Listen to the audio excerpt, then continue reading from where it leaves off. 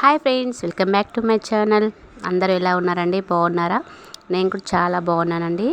అయితే మార్కెట్ అంటాను కదా, మార్కెట్లో అసలు నేను ఏం పని చేస్తా, నేను ఎందుకు వెళ్తున్నా మార్కెట్కి వీడియో పెడతానని చెప్పాను కదా. అయితే ఆ వీడియో అయితే చాలా లేట్ అయిపోయింది ఇప్పటికే. ఈ వీడియోలో అయితే నేను పూర్తిగా అసలు మార్కెట్కి వెళ్ళినప్పటి నుంచి ఇంటికి వచ్చేంత వరకు అసలు ఏం చేస్తానో అన్ని వివరంగా చెప్తాను. మన వీడియో అయితే స్కిప్ చేయకుండా చూడండి.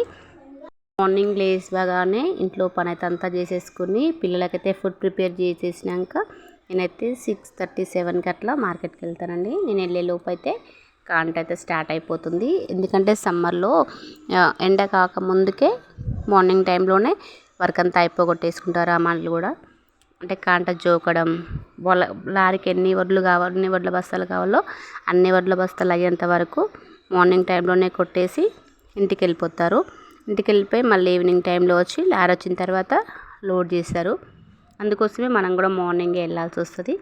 హమాలీలు అయితే వడ్ల బస్తాలు మొత్తం అన్నీ అయిపోయిన తర్వాత వాళ్ళైతే కౌంట్ చేసేసుకుంటారు. వాళ్ళు కౌంట్ చేసేసుకున్న తర్వాత మనం కూడా కౌంట్ చేయాల్సి వస్తుంది.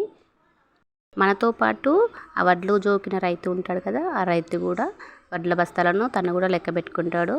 మన ముగ్గురు నెంబర్ అంటే హమాలీ, మార్కెట్లో పనిచేసే వాళ్ళు, రైతు, ఈ ముగ్గురికి ఒకే నెంబర్ వచ్చేంత వరకు లెక్క పెడతారు.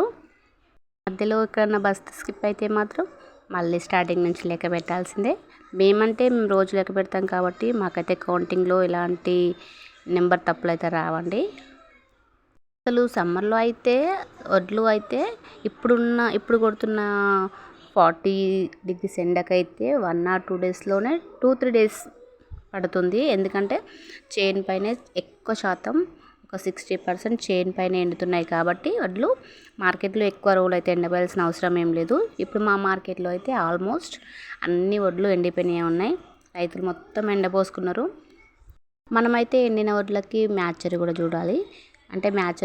చూసిన తర్వాత అంటే ఒకే రాశిలో వేరు ప్లేస్లలో చూసి మనం వచ్చిందని చెప్తేనే వాళ్ళు కుప్పపోస్తారు.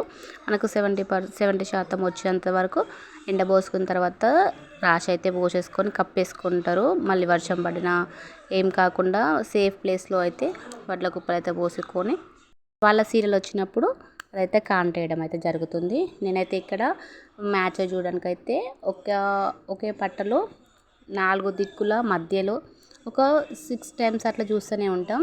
అంటే ఓ దగ్గర ఒత్తుగా ఉండడం, ఓ దగ్గర పల్చగా ఉండడం. వడ్లు ఒత్తుగా ఉన్న దగ్గర ఎక్కువ శాతం అయితే ఎండవు కదా, తక్కువ ఉన్న దగ్గర అయితే ఎక్కువ ఎండుతాయి. కాబట్టి అట్లా అవ్వకుండా ఉండాలని చెప్పి మనకి ఎక్కడ డౌట్ ఉంటే అక్కడ మ్యాచ్లు అయితే చూడడం జరుగుతుంది. ఈ వడ్లు జోకిన తర్వాత రైతులు ఉంటారు కదా, వాళ్ళ దగ్గర నుంచి మనమైతే కావాల్సిన జిరాక్స్లు అన్నీ తీసేసుకోవాలి. జిరాక్స్ల పైన వాళ్ళ ఫోన్ నెంబరు, ఎన్ని బస్తాలు అయినాయి కౌంటింగ్, ఆ బస్తాలు అన్నీ వేసి ఇవ్వాలి మనమే. ఎందుకంటే లారీ పోతప్పుడు మళ్ళీ లారీ మొత్తంలో ఎవరి బస్తాలు ఎన్ని అని మొత్తం క్లారిటీగా ఒక ట్రక్ షీట్ అనేది ఉంటుంది. అందులో ట్రక్ షీట్లో ఫుల్ ఇన్ఫర్మేషన్ రాయాలండి. బస్తాలు ఎన్ని అయినాయి, కిందున్న బస్తాలు ఎన్ని, పాత బస్తాలు ఎన్ని, ఇవన్నీ ఉంటాయి చాలా. అదైతే మా మేడం గారు చూసుకుంటారు. మేమైతే ట్రక్ షీట్ కాడికి ఏమి వెళ్ళామో, జస్ట్ మేము జిరాక్స్లు తీసుకొని జిరాక్స్ల పైన వాళ్ళ ఫోన్ నెంబరు, వాళ్ళ బస్తాలు వేస్తాము. జిరాక్స్లు కూడా ఏమేమి కావాలో చెప్తాం ముందే.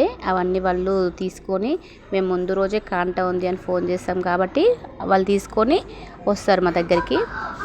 చాలామందికి తెలీదు మార్కెట్లో ఏముంటుందిలే, ఏం చేస్తారు అందులో అనుకుంటారు.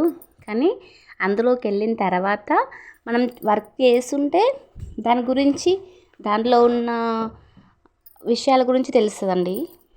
మార్కెట్ అనే కాదు, ఏ విషయంలోనూ అంతే. బయట నుంచి చూసే అంత ఈజీ అయితే ఏది ఉండదు కంపల్సరీ. ఇప్పుడు జిరాక్స్లు తీసుకుంటాం కదా, లారీ అంటే జోకిన వడ్లు ప్రకారం కాకుండా లారీకి ఎత్తుతారు కదా, ఎత్తిన వడ్లు ఎవరి ఫస్ట్ ఎత్తారు, వాళ్ళ ఎన్ని బస్తాలు అయినాయి, మళ్ళీ బస్తాల్లో కాకుండా కింద ఎన్ని వడ్లు పోయినాయి, ఇవన్నీ లైన్ వైజ్గా మేమైతే జిరాక్స్లు పెట్టుకొని ట్రక్ షీట్ రాసే మేడంకి అదైతే ఇచ్చేస్తాం. మళ్ళీ ఇచ్చేసిన తర్వాత మేడం ట్రక్ షీట్ రాస్తుంటే కూడా మేము అక్కడ ఉండి చెప్తామండి. మాకైతే పక్కన అయితే లోడ్ ఎత్తుతున్నారు. నేనైతే మా కొంచెం నీడ ఉండడం కోసం మేము వేసుకున్న గుడిసెలో అయితే కూర్చొని జిరాక్స్లు అన్నీ సెట్ చేసుకుంటున్నాను. జిరాక్స్లు సెట్ చేసుకున్న తర్వాత మనం లారీ దగ్గరికి అయితే వెళ్దాం. లారీ దగ్గరికి వెళ్ళి ట్రక్ షీట్ రాయించుకొని వచ్చేసి లారీ అతనికి అయితే ఇచ్చేయాలి. లారీ అతనికి ఇచ్చేసేటప్పుడు లారీ అతను నెంబరు, లారీ నెంబరు, తన ఫోన్ నెంబరు ఇవన్నీ మనం నోట్ చేసుకుంటాం. చూసే వాళ్ళకి ఎలా అనిపిస్తుంది అంటే ఏదో ఈ చిన్న పనికి ఎందుకు ఇంత చేస్తారు, అసలు అందులో ఏముంది అనుకుంటారు. కానీ రైతులు ఒక్క బస్తా అటు ఇటు అయినా 1000 రూపీస్ లాస్ అయిపోతారు కదా. అసలు ఏ పని చేసే వాళ్ళకి ఆ పని చేయడమే కరెక్ట్. అసలు బయట నుండి చూసే వాళ్ళకి పని చేసే వాళ్ళకి ఇద్దరికి చాలా తేడా ఉంటుంది. కానీ కష్టపడి పనిచేసే వాళ్ళని చూసేవాళ్ళు వీళ్ళకి ఏం పని వీళ్ళు చేసేది ఇక చిన్న పనే కదా అనేవాళ్ళు ఆ పని చేసి ఎందుకు చూపించారో నాకైతే తెలీదు. మన లారీ అయితే ఆల్మోస్ట్ లోడ్ అయిపోయింది. లోడ్ అయిపోయిన తర్వాత బస్తాలు ఎక్కడక్కడ జారిపోకుండా తాళ్ళతో అయితే గట్టిగా బిగించి కట్టేస్తారండి. ఎందుకంటే ఒకవేళ రోడ్ పైన స్పీడ్ బ్రేకర్స్ అలాంటివి ఉన్నప్పుడు ఎగిరిపోకుండా మూలమలతల కాడ పడిపోకుండా ఉండాలి కదా. మనం ఇక్కడ ఎంత సేఫ్గా కట్టి పంపిస్తామో మిల్లుకి వెళ్ళేంత వరకు ఆ బస్తాలు అంత సేఫ్గానే ఉండాలి. కాబట్టి అంత సేఫ్గా, అంత స్ట్రాంగ్గా, అంత గట్టిగా అయితే డ్రైవర్ కట్టేసుకుంటాడు. డ్రైవర్తో పాటు అమ్మాయిలు కూడా అందరూ కలిసి దాన్ని అయితే లోడ్ మంచిగా బిగించి కడతారు.